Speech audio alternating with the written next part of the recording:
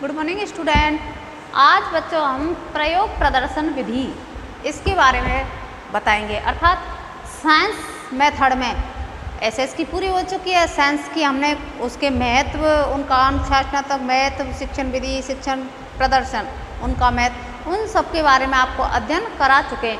आज हम बताएंगे प्रयोग प्रदर्शन विधि। प्रयोग प्रदर्शन विधि क्या होती है?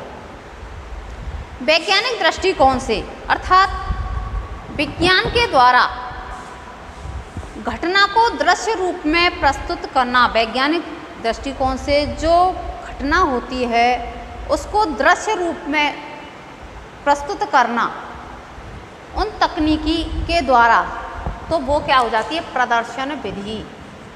प्रदर्शन विधि के अंतर्गत आती है। विज्ञान के द्वारा जब वैज्ञानिक घटना को दृश्य रूप में प्रस्तुत करना तकनीकी भाषा में प्रदर्शन कहलाता है। दृश्य रूप में कोई भी ऐसी घटना हो जाती है उसको हम दृश्य में बताना, दृश्य रूप में बतलाना, वो क्या कहलाती है? प्रदर्शन विधि कहलाती है। जैसे आपको पता है ना, सल्फ्यूरिक अम्ल की चीनी पर प्रतिक्रिया दिखाते हैं, तो सल्फ्यूरिक जो अम्ल होता है, सल्फ्यूरिक अम्ल की चीनी पर प्रतिक्रिया सल्फ्यूरिक अम्ल की चीनी पर प्रतिक्रिया दिखाते हैं, तो प्रदर्शन प्रस्तुत करते हैं कि हम इसकी प्रतिक्रिया किस प्रकार से हुई इन दोनों की, तो इसका हम क्या करते हैं? प्रदर्शन प्रस्तुत करते हैं। क्या करते हैं? इसका प्रदर्शन। चीनी, ऑक्सीजन और हाइड्रोजन, पानी के तत्व दिखाने के लिए जब उसका विद्युत विश्लेषण कर उसको ऑक्सीजन हाइड्रोजन में विलय करते हैं, तो उपकरण को प्रस्तुत कर छात्रों के सम्मुख ऑक्सीजन और हाइड्रोजन, ऑक्सीजन प्लस हाइड्रोजन, इन दोनों को का विलय करते हैं, तो पानी का जो तत्व होता है उनका प्रदर्शन करने के लिए छात्रों के आगे ये स्पष्टीकरण हमको, अर्थात प्रदर्शन दिखाना पड़ता है। उसको ही क्या कहते हैं? प्रदर्शन विधि। वैज्ञानिक तथ्य या घटनाएं उनको दृश्य रूप में दिखलाना। कोई भी प्रयोग करते हैं तो उनको आप दृश्य रूप में दिखाना, विज्ञान का प्रस्तुतिकरण करना, छात्रों के सम्मुख दिखाना, वो प्रयोग प्रदर्शन विधि कहलाती है। प्रयोग प्रदर्शन विधि, इस विधि में अध्यापक पाठ्य विषय को पढ़ाने के साथ साथ संबंधित प्रयोग प्रदर्शित करता है। कोई भी पाठ आप विज्ञान का पढ़ा रहे हो बच्चों को, तो उन पढ़ाने के साथ साथ वो उसका क्या करता है? प्रदर्शन करता है, अर्थात उसका प्रयोग करता है कि बालक रुचि ले रहे हैं या नहीं ले रहे। बालक पाठ जब पढ़ाता है अध्यापक, तो बीच बीच में बालकों से क्या करते हैं? क्वेश्चन पुटअप करते हैं। जब क्वेश्चन करते हैं तो बालक क्या होता है? बालक सक्रिय रहता है कि नहीं, सर जो पढ़ा रहे हैं वो बीच में हमसे पूछेंगे तो हमसे जवाब आए या नहीं आए, तो बालक एकदम उनकी रुचि को जागृत करना, तो पाठ पढ़ाते हुए अपना प्रयोग भी स्पष्ट करते हैं, अर्थात बालकों को प्रयोग करते हुए भी बताते हैं। कौन सी विधि के अंतर्गत? प्रयोग प्रदर्शन विधि के अंतर्गत। इसमें सल्फ्यूरिक अम्ल और चीनी की जो प्रतिक्रिया थी, उन दोनों में पानी की जो विलय के रूप में ऑक्सीजन और हाइड्रोजन की दिखलाने के लिए जो उपकरण प्रस्तुत किए वो छात्रों के सामने स्पष्ट किए गए थे। बीच बीच में छात्रों से प्रश्न पूछना, उनके द्वारा प्रयोगों को ध्यानपूर्वक देखते हैं, तो छात्र इसमें, इस विधि के अंतर्गत छात्र क्या होते हैं? सक्रिय होते हैं। प्रयोग प्रदर्शन विधि, पाठ्य वस्तु में कोई ऐसी प्रयोग प्रदर्शन विधि का प्रयोग करें तो उसमें छात्र और शिक्षक दोनों के मध्य अंतःक्रिया भी होती है। जब शिक्षक छात्र से प्रश्न पूछते हैं तो बालक उनका जवाब देते हैं, कोई जवाब आता भी नहीं है, शिक्षक भी बालकों से प्रयोग पूछते हैं कि सर ये इसमें आपने किस तरह से लिया था, कितनी सांद्रता ली थी, किस हिसाब से इसका विलय किया था, वो सारी चीज़ें प्रयोग के द्वारा शिक्षक बालकों को समझा देते हैं। और शिक्षक और बालकों के बीच में क्या होती है? अंतःक्रिया। इसमें छात्र क्या लेते हैं? इस विधि के अंतर्गत छात्र रुचि लेते हैं। प्रदर्शन विधि में अध्यापक को बहुत सतर्क रहना पड़ता है। उसे कक्षा में जाने से पहले पूर्व अभ्यास कर लेना चाहिए और विद्यार्थियों के कक्षा में प्रवेश से पहले प्रयोग संबंधी समस्त यंत्र और वस्तुओं को अपनी मेज पर रख लेना चाहिए। जो ये प्रयोग प्रदर्शन विधि है इसमें शिक्षक को सतर्क रहना चाहिए, अर्थात पूर्व में उसको अभ्यास करके आना चाहिए, क्योंकि अगर प्रयोग बीच में अटक गया तो भी बेकार है, शिक्षक का पढ़ाना तो असफल हुआ। तो शिक्षक जब कक्ष के अंतर्गत आए उससे पहले अपने प्रयोग को अपने माइंड में बैठाते हो, अपने दिमाग की सारी शक्तियों को, तर्क शक्तियों को, इंद्रियों को खोलते हो, अपने दिमाग में पहले समाहित करते हुए छात्रों से पहले कक्षा के अंतर्गत प्रवेश करना और जो भी उपकरण है, जो भी सहायक सामग्री है, छात्रों से पहले ही प्रवेश किए बिना ही अपनी मेज पर सजा लेना, जिससे छात्र, बहुत से उपकरण ऐसे होते हैं कि डायरेक्ट छात्र को हम क्या नहीं कर सकते, छुआ नहीं सकते, वो हानिकारक भी सिद्ध हो सकते हैं। इसलिए शिक्षक को इसमें पहले ही आ जाना चाहिए और पूर्व अभ्यास करते हुए प्रयोग प्रदर्शन किया जाना चाहिए। यंत्रों का आकार अधिक बड़ा नहीं होना चाहिए। अध्यापक द्वारा किए गए प्रयोग साधारण होने चाहिए। ऐसा नहीं है कक्ष तो हो आपकी छोटी, इतने सारे साधन भी नहीं हो, मेज टेबल, तो ऐसा नहीं इतना बड़े आकार के भी आप यंत्र ले आए, उपकरण ले आए जो रखने के लिए सामग्री नहीं, तो सामान्य रूप से इतना ही आकार के यंत्र होने चाहिए जिससे अच्छे से अंत्यक्रिया हो सके और छात्रों को उनको कोई परेशानी नहीं होने चाहिए। इन प्रयोगों को शीघ्र ही पूरा कर लेना चाहिए, ये नहीं कि पूरा टाइम ही निकाल दे। अध्यापक कोई भी जैसे 45 मिनट का, 50 मिनट का या 1 घंटा का टाइम हो तो उसमें से आप उन उपकरण को क्या व्यवस्थित करने में पूरा टाइम निकल जाए और समय समाप्त हो जाए कि आप कल करिए, नहीं। पूर्व में आकर के अपने जो उपकरण है उनको यथास्थान रखते हुए उनकी पहले से ही तैयारी करके जब कक्षा के अंतर्गत छात्र आए तो उनको प्रयोग प्रदर्शन विधि के द्वारा मेथड को पढ़ाना, अर्थात अपने पाठ को सुग्राह्य एवं सरल विधि के द्वारा ही बताना चाहिए। विद्यार्थी परिणाम जानने के उत्सुक हो, यदि कक्षा में परिणाम ज्ञात नहीं हो तो विद्यार्थी विषय में अभिरुचि नहीं लेते। इससे प्रयोग इस प्रकार के होने चाहिए छात्र आगे अध्ययन के लिए प्रेरित हो। बहुत सारे प्रयोग प्रदर्शन आपने कर चुके हैं, बहुत सारे प्रयोग बाद लोगों को बता चुके हैं, तो ऐसा ना हो कि आपने प्रयोग तो किया है पर उस प्रयोग का क्या नहीं आए परिणाम। तो छात्रों में जिज्ञासा होती है, लालायत रहते हैं, अब सर ये हमारे इस प्रयोग के कर रहे तो इसका क्या परिणाम होगा, तो उसका परिणाम निकलना बहुत ही आवश्यक है, जिससे छात्रों को आगे जो अध्यापन कर रहे हैं उसके लिए बालकों का क्या सर्वांगीण विकास हो, छात्र प्रेरित हो, छात्र अभिप्रेरणा लें। तो जो भी शिक्षक आए, जो भी शिक्षा में आपको प्रयोग प्रदर्शन करना है उसका परिणाम आना निश्चित ही जरूरी होता है। आगे इसमें प्रदर्शन विधि का प्रयोग हम किस प्रकार से करते हैं। व्याख्यान विधि में शिक्षक भाषण द्वारा छात्रों को ज्ञान प्रदान करता है, किंतु विज्ञान जैसे विषय में कोरे ज्ञान से कोई मतलब नहीं है। व्याख्यान विधि एक ऐसी है जो सारे सब्जेक्टों में चलती है, विज्ञान मेथड हो, साइंस, सोशल साइंस हो, मैथ हो, व्याख्यान तो चलती है। पर साइंस में ये नहीं है कि केवल हमने एसएस में थे मुँह से व्याख्यान कर दिया, सारी चीज़ों को एक्सप्लेन कर दी, बालकों को समझ में आ गया। विज्ञान को जब तक आप प्रयोग के द्वारा, प्रदर्शन के द्वारा नहीं समझाओगे तब तक बच्चों को समझ में नहीं आएगा। आपका जो व्याख्यान देने का जो प्रदर्शन है वो कोरे कागज की तरह निकल जाए, वो कोरा ही है, कोरा ज्ञान है वो।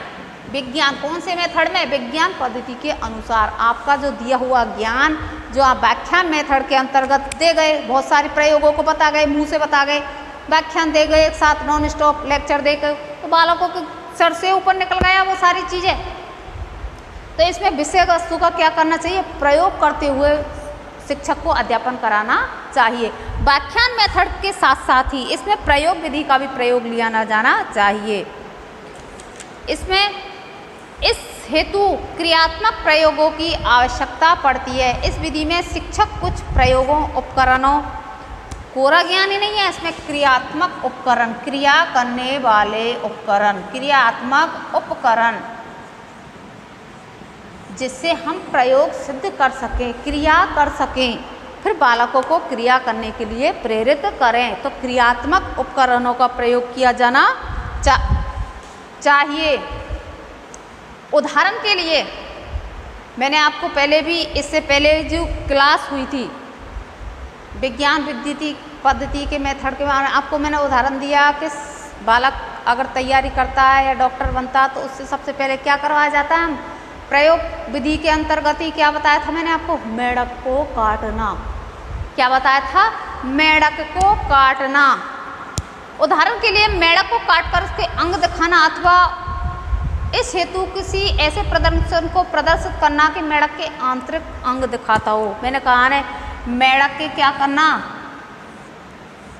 काट करके मेढक को दिखाना और उसके आंतरिक अंगों की संरचना के बारे में बालकों को परिचित कराना। ये हाथ है, ये इसका हृदय है, ये फुफ्फुस है, ये फेफड़े, ये सारी चीज़ों को बालकों के क्या कर देते हैं, अंग प्रत्यंग, वो सारे जो डिवाइडेशन हम बच्चों को क्या काट करके बालकों को प्रदर्शन के तौर पर बताना चाहिए। किसको, अध्यापक का ये कर्तव्य है, जिससे बालकों को मेढक के जो अंग प्रत्यंग है, फिर बालक जब बड़ा होता है, बड़ा होकर उसको ऐसे स्टेज पे कहीं आ जाए जैसे वो बन जाए, तो बालक को फिर तैयारी करेगा या फिर कहीं अंडर प्रोसेसिंग में चलेगा तो उसको ये करने में कोई भी दिक्कत नहीं आएगा, क्योंकि उसने पहले प्रयोग ये सीख लिया है, उस सीखे हुए प्रयोग को वो नहीं भूल सकता। इस बात से इस प्रकार जो व्याख्यान विधि में शब्दों के माध्यम से कही जाती है, प्रदर्शन में प्रतिदर्श उपकरण को दिखाकर, व्याख्यान में तो हम बोल दिया मेढक का, मेढक को काट दिया था, उसके अंग थे, आँखें थी,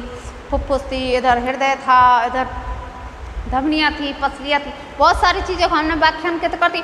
पर जो विज्ञान शिक्षण है उसमें प्रतिदर्श अर्थात प्रदर्शन विधि के द्वारा ही हम बच्चों को समझा सकते हैं। भाषण के अंतर्गत तो हमने व्याख्यान के अंतर्गत तो बोल दिया सारा, इसका जो मेढक को काटा था उस क्या क्या थे क्या नहीं थे, पर जब तक उसको नहीं दिखाओगे, बच्चों को काट कर नहीं समझाओगे, तब तक उनके समझ में नहीं आएगा। कौन से मेथड के अंतर्गत, व्याख्यान मेथड के अंतर्गत।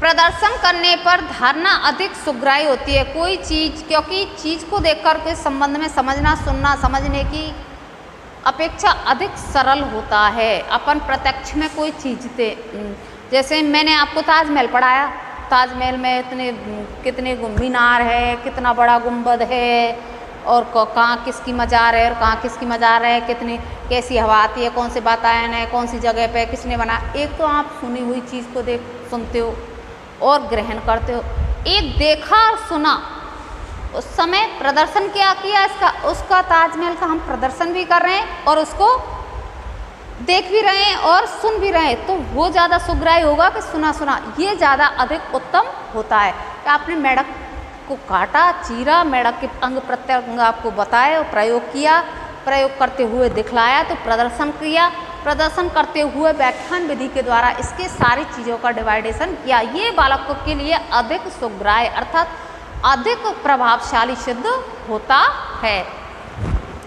इस प्रकार किसी समस्या को सुलझाने, विषय को स्पष्ट करने और परिणामों की तुलना करने, व्यावहारिक प्रयोग करने, बालकों को बोध क्षमता का पता लगाने, विधि एवं युक्ति को द्रष्टव्य बनाने एवं वस्तुओं को नमूने प्रदर्शित करने की आवश्यकता होती है। इस आवश्यकता की पूर्ति प्रदर्शन विधि द्वारा प्रस्तुत, जी हाँ, बोधगम्य बनाने,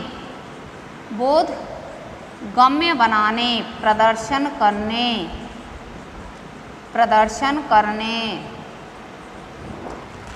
और समस्या को सुलझाने, विषय को स्पष्ट करना, समस्या को सुलझाने, विषय वस्तु को स्पष्ट करना, विषय वस्तु को स्पष्ट करना, बोधगम्य बनाने, प्रदर्शन करने, समस्या को सुलझाने, विषय वस्तु को स्पष्ट करना। ये सारी जो प्रयोग हैं, ये हम आप प्रयोग प्रदर्शन विधि के द्वारा बालक को अच्छे से पढ़ा सकते हैं, अर्थात इसके द्वारा बालक के ज्ञान को अच्छे से डेवलप कर सकते हैं। नमूनों के द्वारा, वस्तुओं के द्वारा, बहुत सारे नमूने भी लिया है, प्रयोग के द्वारा हमने बालक को समझा दिया, इसमें ये टाइप होगा, इसमें ये चीज़ होगी। तो व्याख्यान मेथड के साथ साथ हम इसमें कौन सा विधि प्रयोग कर रहे हैं, प्रदर्शन, प्रयोग प्रदर्शन विधि। तो जो भी समस्या है, जैसे मेढक को ले आए, मेढक को अब किस प्रकार चीरे, किस प्रकार काटे, तो बच्चों को डर लगता है, तो शिक्षक को काटते हुए तो उसकी समस्या को सुलझा गई। ये इसकी आँख है, ये इसकी ये इसकी ये, तो बहुत सारी क्रिया करते हुए समस्या बालकों की क्या हो गई, सुलझ गई। विषय वस्तु उसकी क्या थी, मेढक पर रिसर्च कर रहे थे, तो वो विषय वस्तु क्या हो गई, स्पष्टीकरण हो गई। छात्रों के जो ज्ञान है उसका बोध ज्ञान का भी क्या विकास हुआ। और इधर प्रदर्शन करने के लिए शिक्षक को व्याख्यान मेथड के साथ साथ प्रदर्शन विधि का भी प्रयोग कर दिया गया। अब इसके बाद इसमें आएंगे प्रदर्शन विधि के सोपान। कौन कौन से सोपान है इसमें,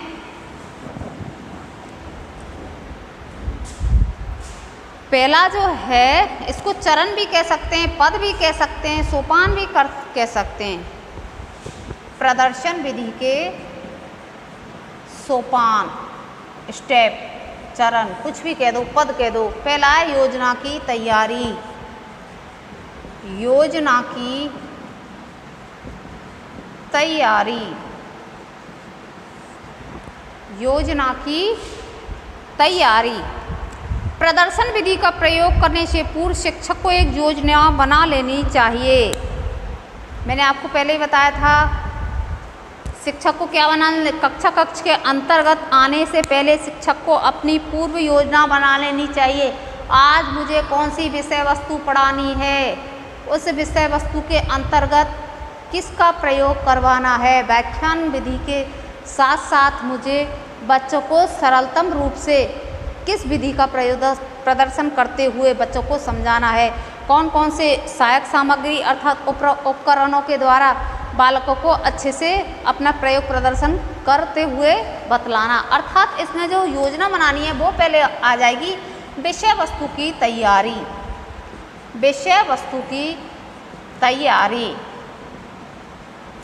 विषय वस्तु की तैयारी, पाठ्य संकेत, विषय वस्तु की तैयारी या विषय वस्तु का मैटर कोई भी हो।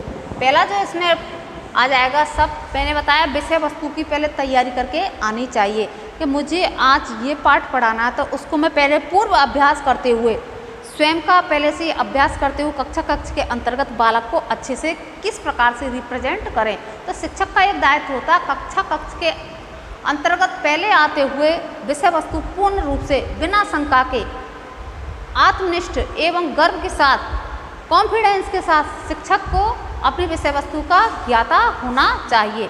नंबर 2, इसमें अगर हम पॉइंट बात करें, इसी में पाठ संकेत, इसमें पूछे जाने वाले प्रश्न भी सम्मिलित होने चाहिए। पाठ संकेत, पाठ संकेत अर्थात ये क्या है, पाठ संकेत, इसमें ये कि हमने जो विषय वस्तु पढ़ाई है, जो विषय वस्तु को आपको प्रयोग विधि के अंतर्गत प्रयोग करते हुए व्याख्यान मेथड के साथ साथ प्रयोग प्रदर्शन किया है, उसमें बालक रुचि ले रहे हैं या नहीं ले रहे हैं। तो शिक्षक को विषय वस्तु पढ़ाते हुए प्रश्नों के द्वारा, पाठ संकेत मतलब प्रश्नों के द्वारा बालकों से अपने आंसर लेना। बालक कहीं नीरस तो नहीं रहे, बालक सक्रिय है या नहीं है, बालक पाठ में रुचि ले भी रहे हैं या नहीं ले रहे हैं। तो शिक्षक का ये दायित्व बनता है कि विषय वस्तु को पढ़ाते हुए, विषय वस्तु को स्पष्ट करते हुए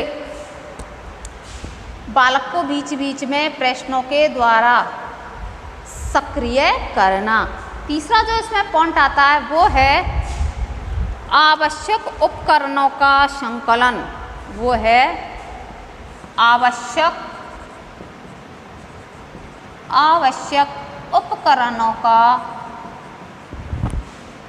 उपकरणों का संकलन। जी हाँ,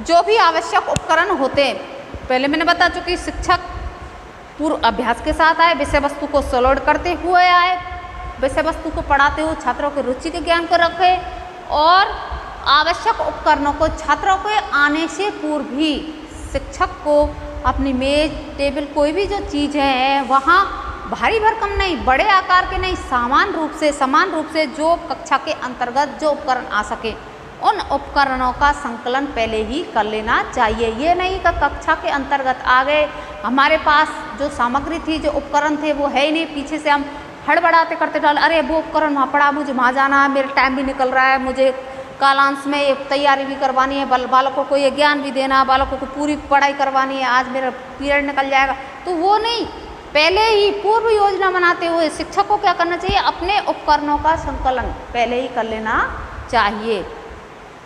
अगला जो इसमें पॉइंट है वो है प्रयोगों का दोहरान। जी हाँ, प्रयोगों का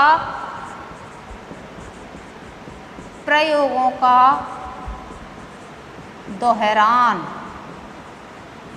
अब प्रयोगों का दोहरान किस प्रकार से, जैसे आपको जैसे मेढक की संरचना का काट दी, बता दी, सारी चीज़ें प्रयोग में आपको अच्छे से बता दी, मौखिक रूप से भी आपको उसका क्लासिफिकेशन बता दिया, हो गया, पूरी पाठ्य वस्तु भी हो गई, क्वेश्चन भी पुट अप कर लिए, पाठ का सारांश भी बता दिया।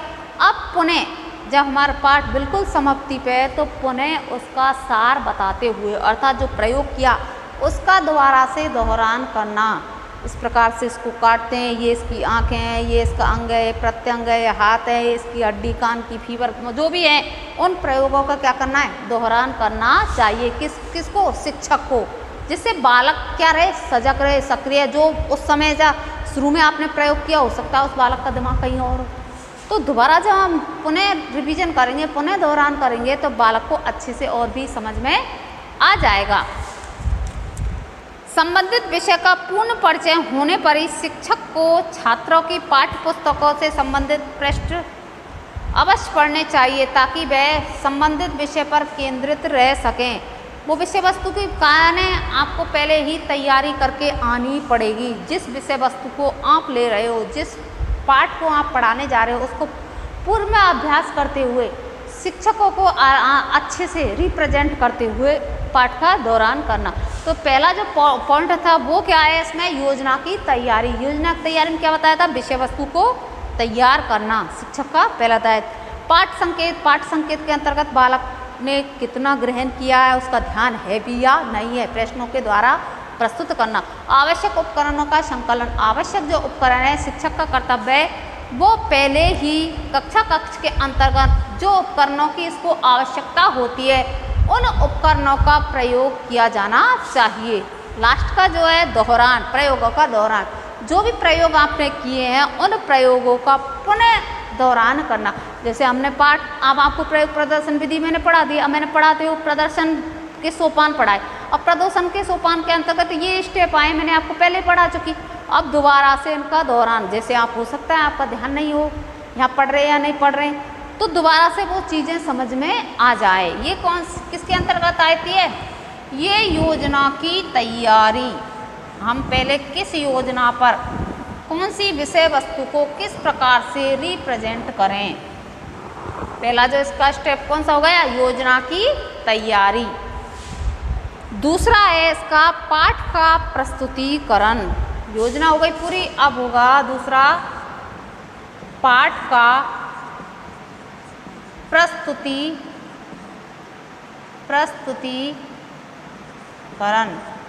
अब पाठ को हम किस प्रकार से रिप्रेजेंट करें। शिक्षक द्वारा पाठ समस्यात्मक ढंग से छात्रों के समक्ष प्रस्तुत किया जाना चाहिए, ताकि वे संबंधित विषय के महत्व को समझ सकें। समस्यात्मक ढंग से प्रस्तुत करना, शिक्षक का ये दायित्व होता है कि जो भी पाठ्य वस्तु को वो पढ़ाए या समझाए वो किस रूप में प्रस्तुत करे, समस्यात्मक ढंग से, जिससे छात्र क्या रहे, सक्रिय रहे, निष्क्रिय अवस्था में नहीं रहे। हाँ, गुरुजी आए, पढ़ाए, चले गए, चले जाएंगे, ऐसे ही कोई ऐसा इजी पाठ है और कहते हैं गुरुजी ने हमारे समझ में आ जाएगा, तो ऐसे नहीं। उस विषय वस्तु को आपको क्या करना है, समस्यात्मक, अर्थात आपने नहीं पढ़ा तो ये समस्या आपके सामने क्रिएट हो जाएगी, ये बहुत टफ है, ये आसानी से आपके समझ में नहीं आएगा, आपको सक्रिय ही रहना पड़ेगा। तो शिक्षक का क्या दायित्व है, जो भी पाठ का रिप्रेजेंट करे, जो भी पाठ को समझाएं, वो उस पाठ को समस्यात्मक ढंग से प्रस्तुत किया जाना चाहिए, ताकि छात्र क्या करे, इसके पाठ को क्या करे, महत्व समझ सके। वो ऐसे ही नहीं हल्के में नहीं ले, अरे गुरुजी आएंगे चले जाएंगे, हल्का वैसे ही पाठ है, अगर ये नहीं पढ़ाएंगे तो हमारे खुद के समझ में आ जाएगा। उस पाठ को आप ऐसे ढंग से प्रस्तुत कीजिए तो बालक पढ़ने के लिए सक्रिय हो जाए और इधर उधर ज्ञान भटकने के बजाय विषय वस्तु पर उसका ज्ञान हो। शिक्षक को किसी व्यक्तिगत अनुभव अथवा घटना से पाठ का आरंभ किया जा सकता है। जी हाँ, कोई ऐसी घटना हो, शिक्षक उसके सामने कोई ऐसा पाठ आए तो वो अपने उस पाठ का आरंभ, कभी कभी होता है ना, जैसे हम आपको कोई विधि बता रहे तो उस विधि का ये थोड़ी है कि इसी के अकॉर्डिंग पढ़ाए। कोई ऐसी घटना हमने देखी हो, वहाँ उस विधि का प्रयोग हम आराम से कर सकते हैं आसानी से। वर्तमान परिस्थितियों के अनुसार भी या प्राचीन जो स्थितियाँ थे उनके अनुसार उनका तुलनात्मक अध्ययन करते हुए हम उस विधि को फिट कर सकते हैं। तो ऐसे ही जो शिक्षक कक्षा कक्ष के अंतर्गत आए तो वो व्यक्तिगत रूप से जो घटना घटित हो चुकी है उसके अनुसार जो पाठ्य वस्तु है उस पाठ्य वस्तु को समझा सके, अर्थात बालकों के सामने रिप्रेजेंट कर सके। पाठ को प्रस्तुत इस ढंग से करना चाहिए कि बालक उसमें सक्रिय रूप, शारीरिक रूप से और मानसिक रूप से बालक उसमें सक्रियता के साथ पढ़ें।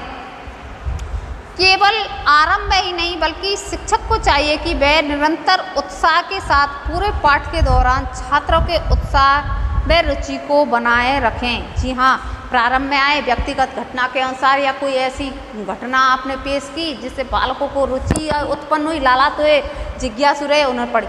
बीच में क्या आ जाती है, जैसे कोई ऐसा बोरिंग पढ़ाते पढ़ाते छात्रों में क्या हो, नीरसता नहीं लानी है, उनमें रुचि और डेवलप करनी है। अर्थात शुरू से लेके और लास्ट तक, जब तक आपका पाठ संपूर्ण ना हो तब तक शिक्षक को उत्साह बनाते हुए बालकों की रुचि एवं ज्ञान को क्या करना चाहिए, संवर्धित करना चाहिए। अर्थात पूरे विषय के अंतर्गत, पूरे पाठ के अंतर्गत बालक को रुचि होनी चाहिए, अर्थात वो अपने विषय वस्तु को शुरू से लेकर एंड तक रुचि के अनुसार पढ़ता रहे। ये शिक्षक का दायित्व है अपने पाठ को प्रस्तुत करते समय। प्रत्येक उचित अवसर पर उसे ऐसे प्रयोग दिखाने चाहिए जिसके प्रभाव से छात्रों को के ध्यान को आकर्षित किया जा सके। बालक ने शिक्षक ने कोई पाठ का प्रस्तुत करना किया और बहुत सी बीच में जैसे आ जाते हैं, जैसे आपको पढ़ाया था मेढक का प्रयोग हो गया, उधर सल्फ्यूरिक अम्ल और चीनी की सांद्रता का विलय हो गई, या फिर वर्तमान में जो कार्य विज्ञान से संबंधित हो रहे हैं बीच बीच में आपने उनको ध्यान आकर्षित करने के लिए वो चीज़ उनको बता दी। प्राचीन जो हमारी सभ्यता थी उनके अंतर्गत विज्ञान का प्रयोग, जैसे पत्थर से किसका आग का आविष्कार, तो वो चीज़ छात्रों को बीच बीच में आपके पाठ के अंतर्गत अगर आप छात्रों को बताएंगे तो छात्र इसमें क्या रहेंगे, सक्रिय रहेंगे, जिज्ञासु रहेंगे, उनकी रुचि बनी रहेगी। किसके लिए, विषय वस्तु को पढ़ने के लिए वो सक्रिय रहेंगे।